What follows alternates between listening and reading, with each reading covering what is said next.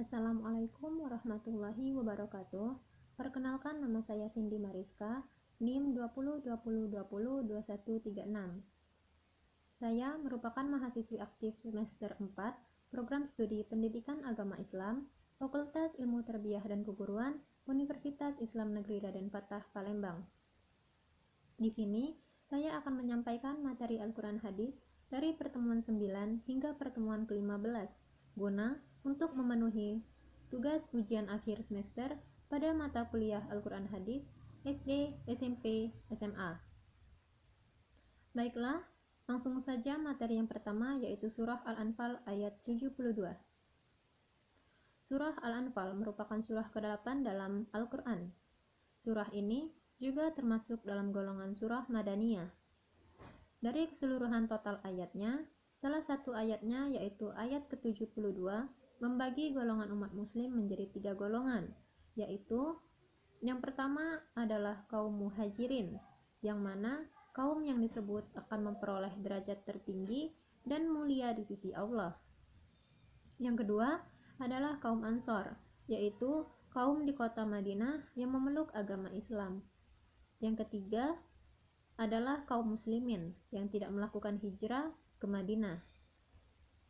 Selanjutnya surah Al-Hujurat ayat 12. Surah Al-Hujurat merupakan surah ke-49 dalam Al-Quran. Surah ini termasuk surah yang menjelaskan tentang ajaran moral. Surah Al-Hujurat ayat 12 adalah salah satu ayat tentang berprasangka baik dan etika dalam persaudaraan. Sebagaimana surah Al-Hujurat secara keseluruhan, ayat 12 juga tergolong surah Madaniyah, yakni turun sesudah Rasulullah hijrah ke Madinah, tepatnya pada tahun 9 Hijriyah. Nama surah ini diambil dari sebuah kalimat, yaitu pada ayat 4, yang berarti kamar-kamar. Selanjutnya surah Al-Isra ayat 32, yang secara umum isi kandungannya tentang larangan untuk mendekati perbuatan zina, karena zina itu adalah perbuatan keji yang sangat dibenci oleh Allah, bahkan akan menjauhkan umat dari Tuhan penciptanya. Ibnu Katsir menjelaskan, Allah melarang hambanya berbuat zina, begitu pula mendekatinya, dan melakukan hal-hal yang mendorong dan menyebabkan terjadinya perzinahan.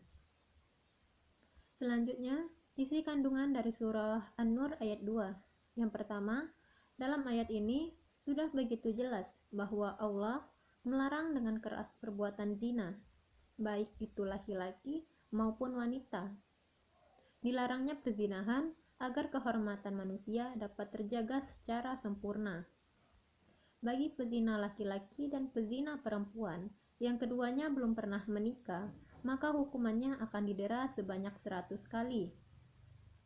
Dalam pelaksanaan tersebut, tidak boleh berbelas kasihan kepada keduanya, dan pelaksanaan hukuman hendaknya disaksikan oleh sebagian dari orang yang beriman. Dengan begitu, bisa menjadikan efek jera bagi orang lain. Selanjutnya, isi kandungan dari surah Az-Zumar ayat 39. Yang pertama, Allah memerintahkan kepada umat Islam agar menyembah kepada yang berhak untuk disembah. Yang kedua, semua jenis ibadah yang mampu dilakukan oleh manusia hendaklah dilakukan secara ikhlas karena Allah. Yang ketiga, untuk mempertahankan kehidupan di dunia, manusia hendaklah bekerja dengan keahlian masing-masing, sehingga hasilnya dapat maksimal. Selanjutnya surah At-Taubah ayat 105. Yang pertama, memerintahkan orang-orang beriman untuk beramal dan bekerja. Sebaliknya, orang beriman dilarang bersikap malas dan membuang-buang waktu. Yang kedua, Allah melihat dan menilai setiap amal hambanya, karena setiap amal harus dilakukan dengan ikhlas, bukan karena riya dan mengharap pujian dari manusia. Yang ketiga, ayat ini memotivasi orang beriman untuk bersungguh-sungguh dalam proses amal dan pekerjaannya, karena proses itulah yang dilihat dan dinilai oleh Allah. Yang keempat, Allah Maha mengetahui seluruh perbuatan manusia baik secara tersembunyi maupun secara terang-terangan. Allah Maha mengetahui niat dan kualitas amal hambanya. Dan yang terakhir, setiap manusia akan kembali kepada Allah dan akan mempertanggungjawabkan setiap amalnya.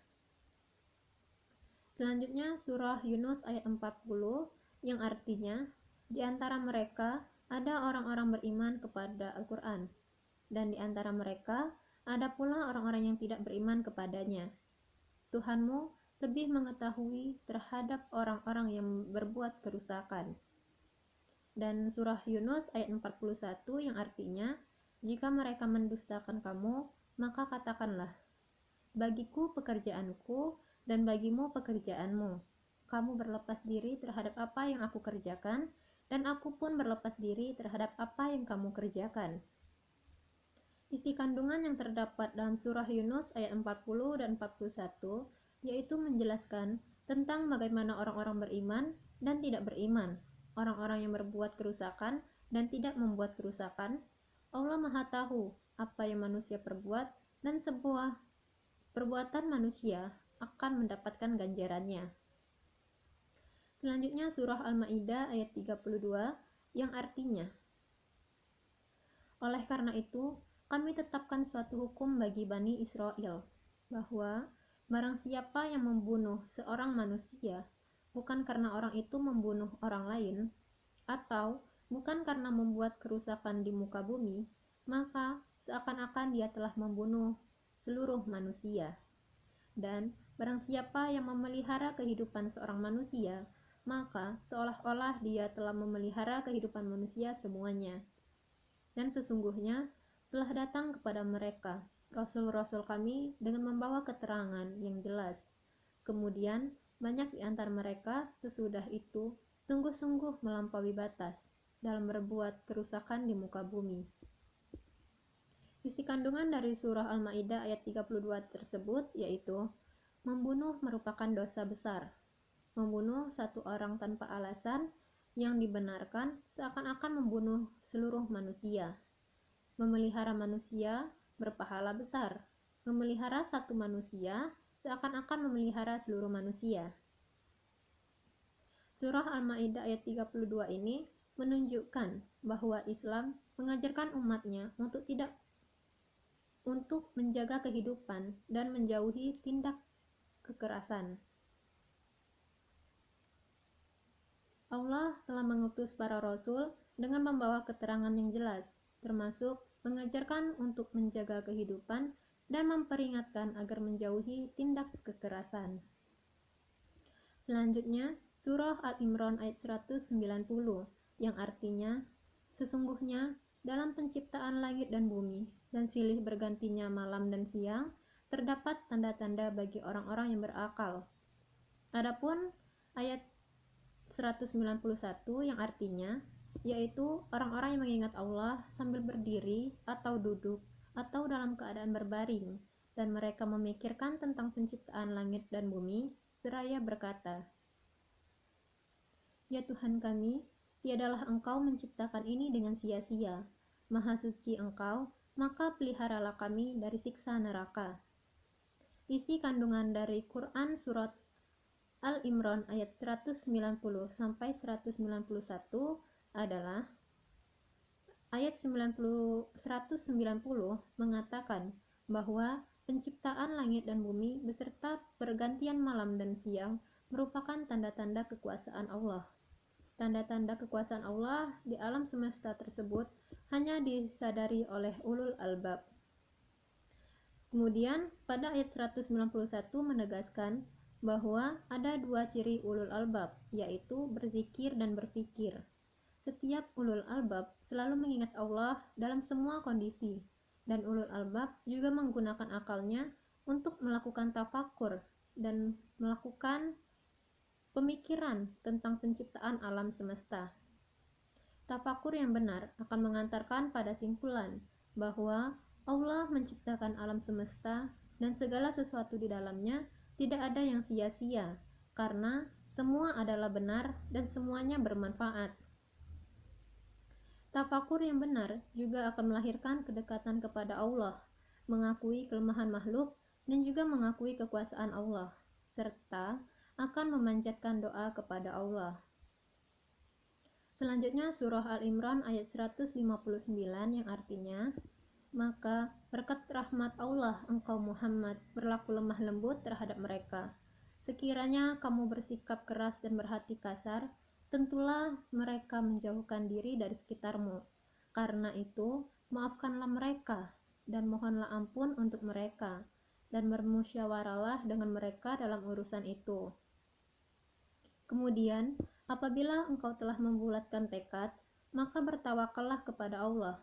Sungguh, Allah mencintai orang yang bertawakal. Kandungan dari surah Al-Imran ayat 159 ini, yaitu Rasulullah memiliki sifat lemah lembut, dan sifat itu disebabkan oleh rahmat Allah. Manusia menyukai pribadi yang lemah lembut, sebaliknya membenci kata-kata yang kasar dan sikap keras hati. Manusia akan menjauh dari orang yang suka berkata kasar dan hatinya keras.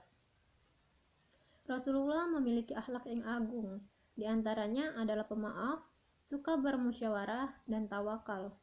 Allah memerintahkan hambanya agar memaafkan orang lain dan mengutamakan musyawarah dalam mengambil keputusan. Ketika bermusyawarah telah menghasilkan keputusan, maka harus dilaksanakan dengan dilandasi tawakal kepada Allah Subhanahu wa Ta'ala. Dan yang terakhir, Allah mencintai orang-orang yang bertawakal. Selanjutnya surah Al-Baqarah ayat 83, yang mana menjelaskan bahwa Allah mengingatkan Bani Israel agar beribadah kepada Allah dan berbuat baik kepada orang tua serta sesama muslim. Selain itu, surah ini juga menganjurkan untuk bersedekah kepada anak yatim, membantu orang yang membutuhkan, bertutur kata yang baik, melaksanakan sholat, serta membayar zakat. Selanjutnya surah Al-Maidah ayat 48, bahwa Al-Quran merupakan kitab yang diturunkan langsung oleh Allah yang berisikan kebenaran, sekaligus menjadi kitab terakhir yang membenarkan kitab-kitab yang telah diturunkan sebelumnya dan menjadi hakim atas kitab tersebut. Setiap manusia memiliki syariat serta hukum yang menyesuaikan perkembangan zaman dan kondisi pada saat itu. Tetapi secara akidah semuanya bertauhid kepada Allah. Selain itu, manusia juga dianjurkan untuk menjadikan Al-Quran sebagai pedoman hidup karena berisikan semua kebenaran. Semua manusia akan kembali kepada Allah dan mendapat balasan sesuai dengan apa yang telah diperbuat semasa hidup. Maka dari itu, manusia dianjurkan untuk berlomba-lomba dalam kebaikan.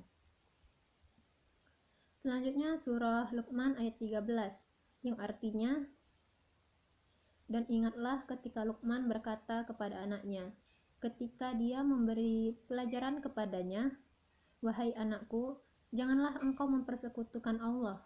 Sesungguhnya, mempersekutukan Allah adalah benar-benar kezaliman yang besar. Dan adapun surah Luqman ayat 14 yang artinya, dan kami perintahkan kepada manusia agar berbuat baik kepada kedua orang tuanya.